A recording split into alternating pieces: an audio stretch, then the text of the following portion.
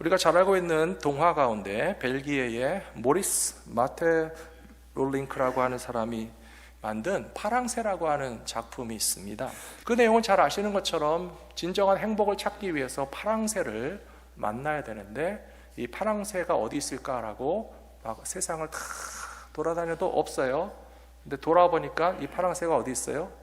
우리 집에 있더라고요. 그래서 우리 집에 있는 게 파랑새였네. 왜 행복을 찾아서 밖으로 돌아다녔을까 하는 이야기를 해주는 책인데요. 우리가 교회에서 하나님의 나라를 맛보는 것도 그와 같다라고 생각합니다.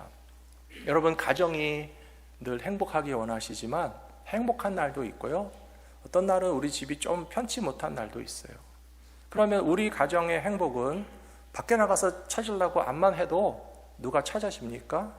아니에요. 내 집의 행복은 내가 돌아와서 내가 만들어야 되는 것이 우리 집의 행복인 것처럼, 교회의 신앙생활도 하나님의 나라를 맛보는 은혜라고 하는 것을 누군가가 잘 해주시면 참 좋겠지만, 우리들이 교회 말고 그 어디에 가서 하나님의 나라를 경험할 수 있을까라고 하는 생각을 하면서 내 교회의 신앙생활과 하나님 나라 같은 그런 기쁨은 우리가 만들어가야 할 책임이 있구나라고 하는 것을 생각하시면서 오늘 말씀을 같이 나누시면 좋겠습니다. 먼저 개인적인 차원에서 하나님의 나라를 경험하는 방법이 있는데요, 제가 오늘 두 가지로 말씀드리려고 합니다. 하나는 개인적인 신앙생활에서 하나님 나라를 맛볼 수 있는 방법, 또 하나는 교회라고 하는 공동체를 통해서 하나님 나라를 경험할 수 있는 방법을 말씀드릴 것인데요, 첫 번째로 개인적인 차원에서 하나님 나라를 맛보는 것은 좀 쉽습니다. 찬송가 438장 가사에 다 나와 있더라고요. 그 찬송 가사에 보시면 내 영혼이 은총 입어 중한 죄짐 벗고 보니 슬픔 많은 이 세상도 천국으로 화하도다. 거기에 답이 나와 있어요. 하나님의 나라를 경험하기 위해서는 우리의 영혼이 은총을 입어야 되는 거고요, 중한 죄짐을 벗어야 하는 겁니다. 예수님의 십자가 은혜로서 우리의 죄가 씻음 받으면 비록 우리는 여전히 슬픔 많은 세상 가운데 살고 있지만 천국으로 화하도다, 하나님의 나라를 경험할 수 있다라고 찬송가 가사에 나와 있었습니다. 2절에 보시면 주의 얼굴 뵙기 전에 멀리 뵈던 하늘나라 내 맘속에 이루어지니 날로 날로 가깝도다. 사랑하는 성도 여러분, 하나님의 나라가 우리 마음속에 좀 이루어지셨습니까? 찬송가 가사에는 그렇게 돼 있어요. 주의 얼굴을 뵙기 전에 멀리 뵈던 하늘나라 내 마음속에 이루어지니 날로 날로 가깝도다. 그렇게 돼 있어요. 약간 모순되는 컨셉이 들어있는 거 여러분 아세요? 신학자들은 하나님의 나라에 대해서 이중성이 있다고 말합니다. 잘못된 이중성이 아니고요, 뭔가 좀 안 맞는 구석이 있다는 뜻이에요. 이것을 영어로 해서 already but not yet 이라고 얘기해요. 하나님의 나라는 벌써 이루어졌다고 예수님이 2000년 전에 이야기하셨는데 하나님의 나라가 이제 오고 있다라고 하니까 왔는지 안 왔는지 이 이중적인 개념이 들어있다는 거예요. 그래서 이미 그러나 아직 already but not yet이라고 하는 개념을 통해서 우리의 마음속에 하나님의 나라는 이루어졌지만 날로 날로 가까워지고 완성을 향해서 지금 진행형이다라고 하는 것을 찬송가 가사에서도 정확하게 가르쳐 주시고 있기 때문에 찬송을 부르실 때 이 개념을 이해하시면 좋겠어요. 3절에 보시면요, 높은 산이 거친 들이 초막이나 궁궐이나, 어디가 하나님의 나라입니까? 그렇죠. 내 주 예수 모신 곳이 그 어디나 하늘나라예요. 어디까지나 이건 개인적인 차원이라고 제가 말씀드렸어요. 우리가 각자 신앙생활 하면서 하나님의 나라를 경험하기 위해서는 높은 산이나 거친 들이나 초막이나 궁궐이나 이런 조건과 환경에 전혀 지배받지 않고요, 단 한 가지 가장 중요한 조건이 있으니 내 주 예수 모신 곳이 그 어디나 하늘나라라고 되었기 때문에 우리가 예수님을 모시고 사는 믿음의 사람들이 될 때에 환경과 조건에 상관없이 하나님 나라를 경험할 수 있는 주님의 백성들이 되실 줄로 믿습니다. 여러분의 가정도 예수님을 모신 곳이 되면 하나님의 나라가 이루어지시게 될 줄로 믿습니다. 우리 교회도 예수님이 머리가 되시고 예수님이 다스리시며 예수님이 함께 계시는 교회이기 때문에 하나님의 나라가 될 수 있게 해달라고 기도하시는 저와 여러분들이 되시기를 부탁합니다. 요거는 개인적인 차원이라는 거예요. 근데 공동체적인 차원으로 나가면 조금 복잡합니다. 그래서 제가 오늘 말씀을 열심히 찾아가지고 사도 바울이 로마 교회에 있는 성도들에게 교회라고 하는 공동체는 어떻게 하여야 하나님의 나라를 경험할 수 있을까라고 말씀을 찾아봤더니요, 첫 번째는 서로 실족하게 하는 일을 삼가해야 된다라고 말하고 있습니다. 로마서 14장 13절에서 그런즉 우리가 다시는 서로 비판하지 말고 도리어 부딪힐 것이나 거칠 것을 형제 앞에 두지 아니하도록 주의하라 라고 이야기했습니다. 실족이라고 하는 말은 스캔달리온이라는 단어를 사용하는데요, 이 스캔달리온이라는 말의 어원을 찾아보시면 올무나 덫을 놓고 거기에 미끼를 딱 꽂아 놓는다는 거예요. 여러분, 짐승을 사냥할 때 사람이 올무를 만들고 덫을 만드는데요, 그냥 올무와 덫을 만들면 짐승들이 지나갈 수 있습니다. 근데 거기다 미끼를 딱 꽂아 놓으면요, 그거를 먹기 위해서 왔다가 더 걸리게 되는 일이 생겨나는데요, 그거를 스캔달리온이라고 그래요. 그리고 이 스캔달리온이라는 단어에서 영어로 파생된 단어가 바로 스캔들이라는 말을 들어보셨을 거예요. 뭔가 부도덕하고 무리를 빚고 해서는 안 되는 일을 저지른 것을 스캔들이라고 부르는 것처럼 우리들 자신도 스스로 걸려 넘어지고 실족하게 되는 일을 하지 말아야 될 뿐만 아니라 또 다른 형제와 자매들이 이렇게 걸려 넘어질 만한 일들을 서로 삼가하고 보호해 줘야만 하나님의 나라를 경험하는 교회가 될 수 있다는 말씀입니다. 우리는 신앙생활 하다 보면 뭔가 옳고 그른 것을 판단해야 되는 경우는 계속 있습니다. 잘된 것은 옳다라고 말하고 틀린 것은 잘못됐으니 고쳐야 된다고 말하는 것은 언제나 해야 되는 일이에요.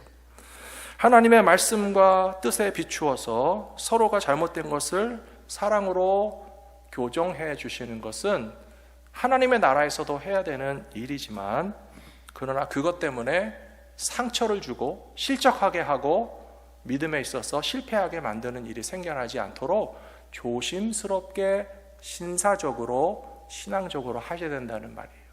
그 뜻을 비유로 좀 설명드리자면, 의사가 환자를 치료한다고 생각해 보세요. 어떤 의사들은 굉장히 신사적입니다. 환자의 인격을 존중합니다. 커뮤니케이션 합니다. 어디가 아파서 오셨는데 이것은 이렇게 치료하는 방법이 있고, 치료하다 보면 이런 수술을 받을 수 있고, 그러다 보면 몸이 이만큼 힘들 수도 있고, 뭐 항암을 한다든지 그러면 어떤 부작용이나 좀 힘든 시간들을 보내실 수 있는데 괜찮겠습니까? 라고 물어보는 의사도 있고요. 의사에게 가서 내 아픈 병을 보이면 무조건 수술하자고, 알았다고, 내 말만 잘 들으라고, 좀 너무 환자의 의견이나 행복권이나 의사를 존중하지 않고 그냥 일방적으로 그냥 몰아붙이는 의사도 있을 수가 있습니다. 그런 경우에 환자의 입장에서는요, 좀 두려운 마음이 생길 수도 있어요. 상처를 받을 수도 있어요. 내 몸인데 나를 고쳐주시겠다는 것은 감사하지만 어떻게 내 몸의 병을 고치는데 그냥 의사가 일방적으로 쫙 밀어붙이나, 좀 나를 안심시키고 이해하고 내가 좀 고통을 덜 받고, 좀 고통을 받을 때 받더라도 이 악한 질병은 떼어내고 건강만 잘 찾을 수 있도록 친절하게 보살펴 주면 좋겠다라는 마음이 들지 않겠습니까? 하나님의 나라를 경험하는 성도들의 신앙생활이 어느 편일지 여러분들 판단하실 수 있을 거라고 생각합니다. 우리들이 신앙생활에서 생겨나는 많은 논쟁거리들은 사실은 신앙의 선배들이 이미 다 결론과 답을 찾아놓은 경우가 많습니다. 답을 아는 것은 어렵지 않아요. 그러나 그것을 적용할 때는 조심스럽게 친절하게 하셔야 된다는 거예요.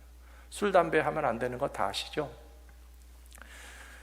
누가 예배당 끝나고 밥 먹고 나서 저 뒷마당에서 담배 피우시고 있다고 생각해 보세요. 안 그렇지만 만일에 그런 경우가 있다면 여러분 어떻게 하셔야 돼요? 아이고 자매님 왜 그러고 계세요? 교회에서 이러시면 안 되죠 라고 좋게 말할 수 있다는 거예요. 여러 가지 부도덕한 일들을 해서는 안 되는 거 우리 다 알고 있어요. 신앙적으로 해서는 되는 일들과 안 되는 일들을 알고 있지만 그런 일들을 우리가 정말 존중하고 사랑하는 마음으로 잘 고쳐 나갈 수 있다라고 하는 뜻이죠. 어떤 경우에는 세월이 지나고 문화와 관습이 바뀌면서 신앙적인 기준에도 변화가 생겨나는 경우는 또 있습니다. 절대로 양보하고 포기할 수 없는 복음의 진리도 있고, 하지만 신앙생활에 있어서는 조금씩 우리가 이해하고 변화를 받아들여야 하는 면도 있는 것은 사실이라는 거예요. 제가 어렸을 때는 주일 성수하는 것 굉장히 중요했습니다. 주일날에는 딴 것 절대 하면 안 됐어요. 그리고 주일날 특히 돈 쓰는 걸 아주 나쁘게 생각했어요. 그래서 물건을 사서도 안 되고요. 주일날 성도들이 식당에 가서 밥을 사 먹는다? 어째 그런 일이 있을 수 있나라고 하면서 돈을 쓰는 것 자체를 아주 죄악시했고요. 아마 그래서 주일 성수를 그렇게 아주 강조하던 시대는요, 헌금도 토요일날 미리 준비하시는 거예요. 돈을 헌금 봉투에 토요일날 집어넣어서 성경책에다 딱 꽂아놨다가 주일날 성경책을 들고 가서 그 안에 준비된 헌금을 딱 드리면 돈을 만질 일이 없어요. 그런데 그러면 교회 갈 때 차비는 돈을 안 냅니까? 그래서 걸어갔다고 그러잖아요. 차비를 안 내기 위해서. 그리고 물건 살 게 있었어도 교회 일이든 성도 일이든 주일날에는 절대 나도 돈을 안 쓰고 비즈니스 하는 분들도 주일 성수하게 우리가 아예 뭘 살 생각을 하지 말아야 예배 드리는 날로만 온전히 지킬 수 있다라고 하는 것을 엄격하게 지키던 시대가 있었습니다. 하지만 지금은 그 정도로 엄격하게 하지는 않죠. 그러나 근본 정신은 바뀌지 않아야 돼요. 주님의 날을 온전히 거룩하게 지키고 예배하는 일에 힘쓰되 서로 이해하고 용납할 수 있는 부분도 물론 있다. 주일날 경찰관이나 소방서 일해야 되고요. 병원 응급실도 24시간 일하셔야 돼요. 절대로 돈 쓰는 일이라든지 일하는 거라든지 비즈니스를 오픈하는 거라든지 예배 드리는 거 외에는 주일날 절대로 하면 안 된다라고 하는 것만 고집해서 하나님의 나라가 이루어지는 것이 아니라 좀 부족한 형제와 자매들을 용납하고 이해하면서 함께 하나님의 나라를 이루어갈 수 있는 방법은 얼마든지 있다는 것을 우리에게 가르쳐 주신다고 생각합니다. 오늘 사도 바울이 로마 성도들에게 편지를 쓴 이유가 바로 그것이었어요. 그 당시에는 로마 시내에서 고기를 사 먹을 때 시장에 가서 고기를 사 먹는데요, 내 집에서 키운 양이나 닭이나 소를 잡은 게 아니라면 마켓에 나온 고기는 대부분 이방의 우상의 신전에 바쳐던 제물, 그 짐승의 고기를 사다 파는 경우가 대부분이었어요. 그리고 고기만 봐서는요, 그냥 집에서 잘 기르다가 잡아온 고기인지 우상 신전에서 제물로 바쳤다가 잡아온 고기인지 알 수 없잖아요. 여러분 보시면 아시나요? 전 모르겠는데요. 근데 이것을 놓고 어떤 성도들은 이거 우상에게 바쳤던 고기일지도 모르는 것을 어떻게 우리가 사서 먹겠냐, 예수 믿는 사람으로서 절대로 그럴 수 없다라고 해서 안 먹는 사람도 있었고, 사도 바울의 경우에는 그렇지는 않다. 고기는 고기일 뿐, 집에서 키우던 짐승의 고기든 우상 제사에 바쳐던 짐승의 고기든 마켓에 나와서 파는 고기는 그냥 먹으라고 식재료로 나온 거니까 사 먹어도 신앙적인 양심에 문제가 없다라고 생각했는데요, 오늘 사도 바울이 말하기를 그럼에도 불구하고 음식으로 말미암아 너의 형제 자매들이 근심하게 된다면 그것을 가지고 어떻게 행동해야 될지 잘 판단하는데, 모든 형제와 자매들이 다 예수님께서 십자가에서 피 흘려 죽으시고 그 값을 치러 사신 귀한 형제와 자매라는 사실을 기억하면서 서로 실족하게 하는 일을 하지 않을 때에 하나님 나라를 경험할 수 있다라고 가르쳐 주신 말씀을 기억하시는 우리 성도님들이 되시기를 부탁합니다. 두 번째로, 성령 충만한 성도들이 신앙생활 속에서 평강과 희락을 나타낼 때, 또 하나님의 공의를 추구할 때 하나님의 나라를 경험할 수 있습니다.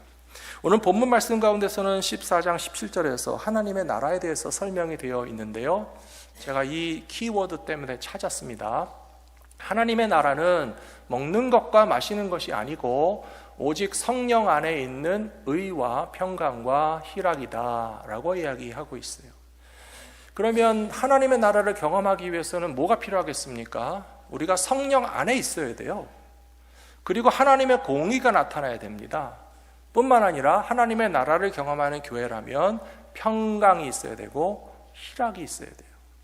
여기서 몇 가지가 빠지면 아직 부족한 거예요. 여기서 어느 것이 없다면 우리는 어떻게 해야 되겠어요? 뭐 이런 교회가 다 있어. 교회 바깥에 나가면 하나님의 나라가 있을까? 라고 하실 것이 아니라 우리 교회에 성령 충만하지 못하면 성령 충만하도록 기도하셔야 돼요.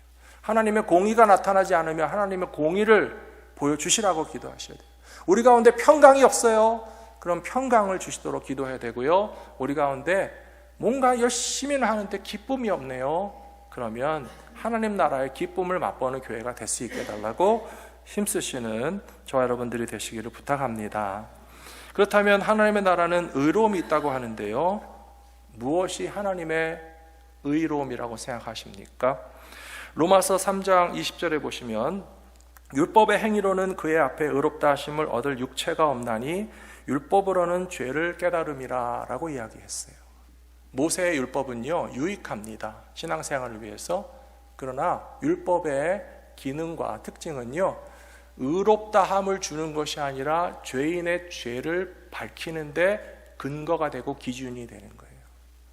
그래서 십계명의 말씀을 다 보시면요 그것을 잘 지키면 좋은 것인데, 십계명에 나오는 모든 계명들을 하나라도 지키지 못할 때마다 우리는 정죄 받을 수밖에 없어요. 안식일을 지키지 못하면 그래서 정죄 받고 죄인이 되는 겁니다.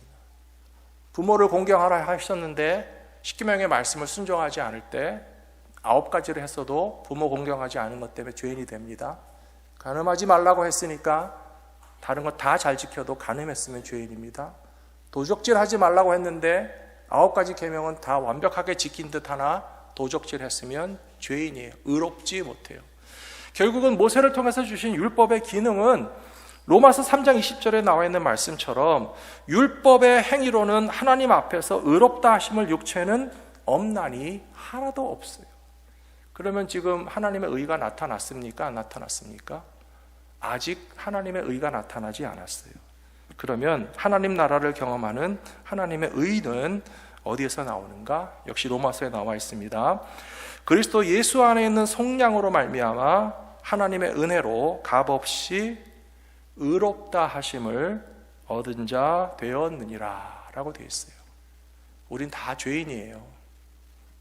죄인 아니신 분 계신가요? 우리 다 죄인이에요. 근데 우리가 어떻게 하나님 나라를 감히 경험할 수 있겠습니까? 예수 그리스도의 십자가로서 값을 치렀고 하나님께서 우리를 의롭다라고 판결하셨어요. 죄진 적이 없어서가 아니에요. 우리가 죄인이 아니라서가 아니에요. 그러나 예수님이 대신 대가를 치르셨기 때문에 죄인인 우리들을 하나님께서 의롭다라고 최종 판결을 내리셨기 때문에 하나님의 나라의 의를 경험하는 사람들이란 바로 이 십자가의 은혜 가운데 살아가는 믿음의 사람들이라고 볼 수가 있겠습니다. 제가 아주 오래전에 보았던 영화 가운데 미션이라는 영화가 있어요.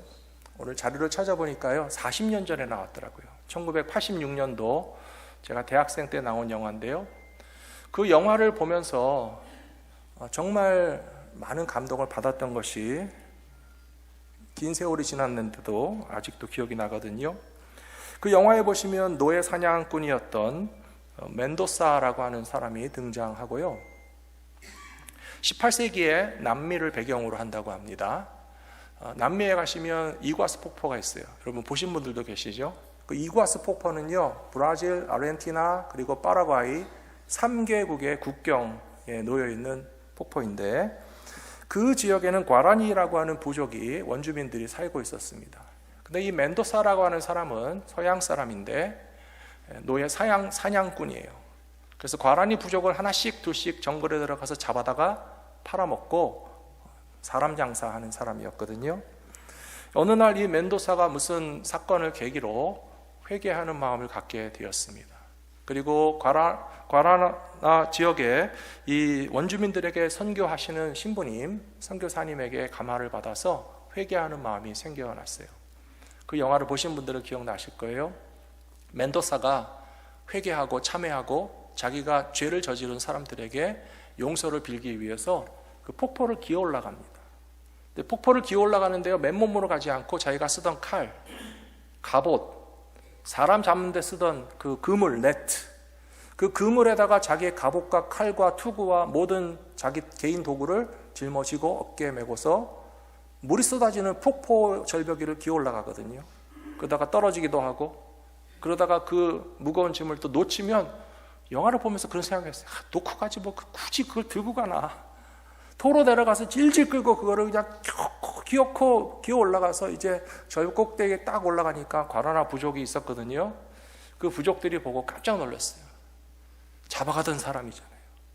우리 아버지도 잡아갔고, 우리 형님도 잡아갔고, 우리 친척도 잡아가서 우리를 잡아다가 노예로 팔던 멘도사라고 하는 사람이 나타나니까 원주민들이 깜짝 놀라면서 두려워할 뿐만 아니라 아주 분노와 적개심을 나타내요. 저 인간이 왜 또 나타났지? 근데 그들은 선교사님에 의해서 복음을 받아들인 사람들이었어요. 한 원주민 소년이 막 소리를 지릅니다. 분노와 적개심을 나타내면서 뭐냐? 멘도사 여기 왜 왔냐? 그러다가 선교사님에게 듣고 본 바를 실천했어요. 멘도사에게 다가가서 그의 어깨에 짊어지고 있던 네트 속에 무기 가운데 칼을 꺼내서요, 그 그물망을 탁 쳐서 끊어내고 폭포 아래로 확 던져버렸어요. 그 장면을 보신 분들 기억나시죠?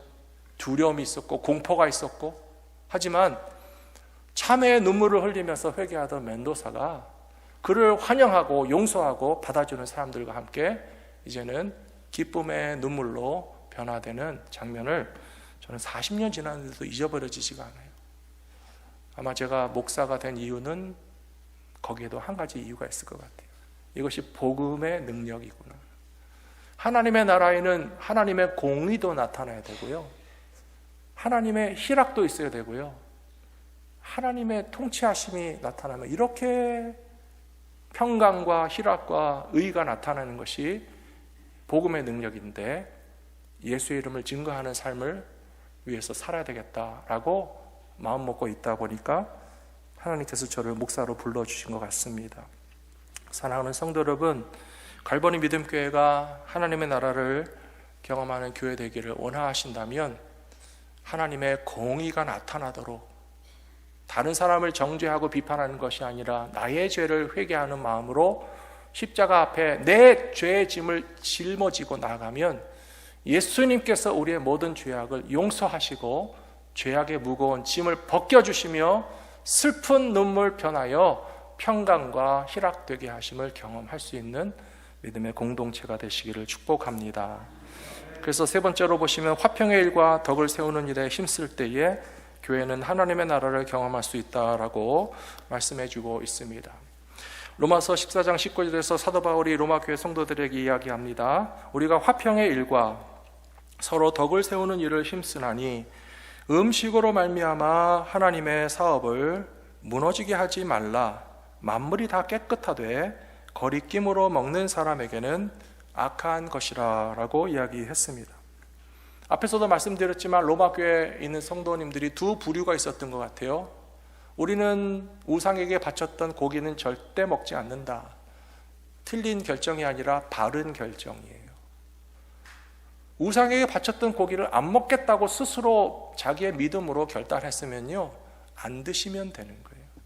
근데 어떤 분들은 그 중에서 또 사도 바울처럼 고기는 사서 먹어도 문제없다. 고기는 고기일 뿐 시장에서 사서 먹는 게 뭐가 문제냐.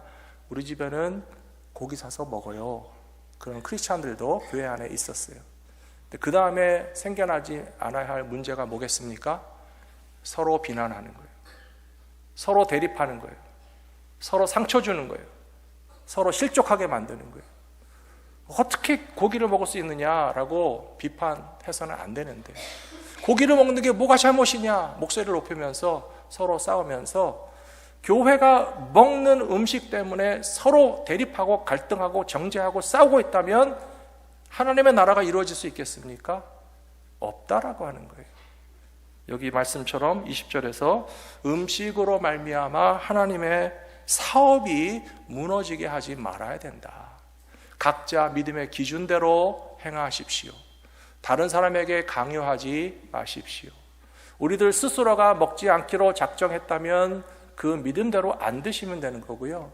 우리 스스로가 먹어도 하나님 앞에 부끄러움이 없다라고 판단했다면 스스로 사서 먹는 거에 대해서 부끄러워하실 필요가 없다라고 하는 사실을 기억하면서 우리가 서로를 용납하고 이해하며 하나님의 나라를 경험하는 교회가 된다면 주님께서 우리에게 평강과 희락을 넘치도록 맛보게 허락하여 주실 거라고 믿습니다. 로마서 15장에 이런 말씀이 있습니다. 믿음이 강한 우리는 마땅히 믿음이 약한 자의 약점을 담당하고 자기를 기쁘게 하지 아니할 것이라. 우리 각 사람이 이웃을 기쁘게 하되 선을 이루고 덕을 세우도록 할지니라. 그리스도께서도 자기를 기쁘게 하지 아니하셨나니 기록된 바 주를 비방하는 자들의 비방이 내게 미쳤다 함과 같으니라. 이 말씀에 보시면요, 중요한 포인트는 1절에 나와 있어요. 믿음이 강한 우리들은 믿음이 약한 자의 약점을 지적하고 판단하며 혼내키고 그것을 바로잡기 위해서 분노하는 것이 아니라 그것을 불쌍히 여기고 친절하게 가르쳐주며 바르게 인도하는 일을 할 때에 그것은 내 기쁨을 추구하는 것이 아니라 그분의 기쁨을 추구하는 일이 된다는 것이죠. 앞에서 말씀드렸어요. 의사가 환자를 만나서 환자를 잘 고쳐주면 되는데 이 환자를 어떻게 자르고 어떤 약을 주고 어떻게 치료를 내가 할까라고 하는 데만 집중하면요, 환자의 행복은 고려를 안 하게 돼요. 그러나 의사가 정말로 하셔야 될 거는요, 환자의 행복 추구예요. 어떤 분들은 아픈 채로 죽는 걸 원할 수도 있어요. 굳이 수술 안 하기를 바랄 수도 있어요. 지독한 항암 치료 굳이 해야 되나? 곱게 살다가 하나님 부르시면 가고 싶다는 마음을 가질 수도 있어요. 근데 의사가 아니다, 째야 된다, 약 먹어야 된다, 수술해야 된다, 내 마음대로 해야 된다 라고 하는 게 과연 환자를 사랑하는 마음이겠습니까? 저는 말씀을 묵상하면서 정말 우리 갈보리 믿음교회가 하나님의 나라를 경험하는 교회가 되기 위해서는 다른 사람에게 부탁할 것이 아니라 제가 해야 되겠다, 우리가 해야 되겠다. 내 가정의 행복을 남의 집 아빠한테 해달라고 할 수 없잖아요. 우리 가정의 행복을 옆집의 아줌마한테 우리 좀 행복하게 만들어주세요 할 수 없잖아요. 우리 집 행복은 내가 만들어야죠. 우리 갈보리 믿음교회는 어떻게 하나님 나라를 맛보는 교회로 만드시겠습니까? 우리가 해야 됩니다. 하나님의 공의와 하나님의 평강과 하나님의 희락이 넘쳐나는 우리 교회가 될 수 있도록 함께 힘쓰시는 우리 성도님들이 되시기를 부탁드리겠습니다.